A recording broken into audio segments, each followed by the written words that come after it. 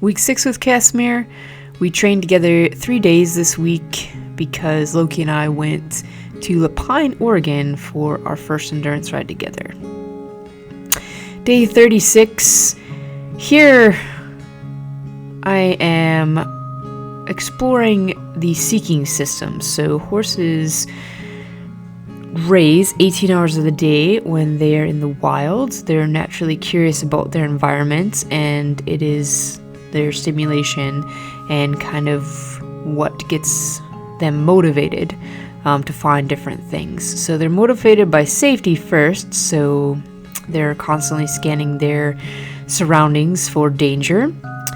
Then they're motivated by comfort, then play, then food. So a horse has to feel safe enough, comfortable enough, and in a playful enough mood to even want to eat. So here I am kind of guiding Kas to the hay cubes I've kind of put around his enclosure. And I am going down to a lower level, which is less threatening to him and still safe for the both of us, right? So I feel safe enough around him that I can do this, because you can't do this around every horse, so it's pretty cool that he is safe enough to do it around. And then he feels a little bit safer around me as well, because I am at a lower level. I'm not as threatening, so to say, with that.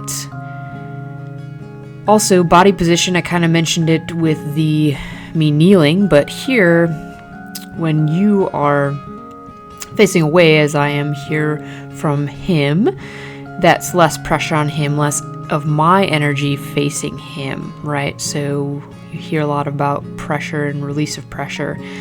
So me facing him directly is a little bit more pressure. Me giving him 2 eyes, him giving me 2 eyes. We're using a lot of energy to talk to each other. Here, me facing away from him, him facing kind of away from me, or facing in the same direction as I am, is a lot less threatening for him. So he is stepping a little bit more into my space, getting a little bit closer, shoulder to shoulder with that. So it's pretty cool to explore that and get to a different level there. And here I kind of give him a little bit of a jackpot.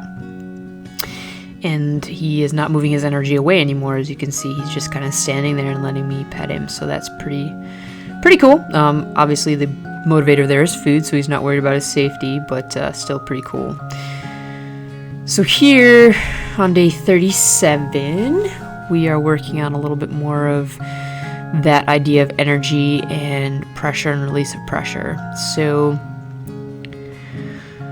as I am looking to get more into his space, horses are naturally seeking leadership, right? So they want to stick together. They want to have a good leader to keep them safe. If they are a good leader, then they'll keep the other horses around them safe in the herd. So in the human world, we want to be that safe place for the horse. So here I'm working on leading. If he feels safe enough with me, I can lead him different places. He will follow me because of that brute force. I will not be able to drag that horse anywhere. So using my energy, I am trying to communicate to him that it is safe to be in my space, and he wants to be in my space because it is safe.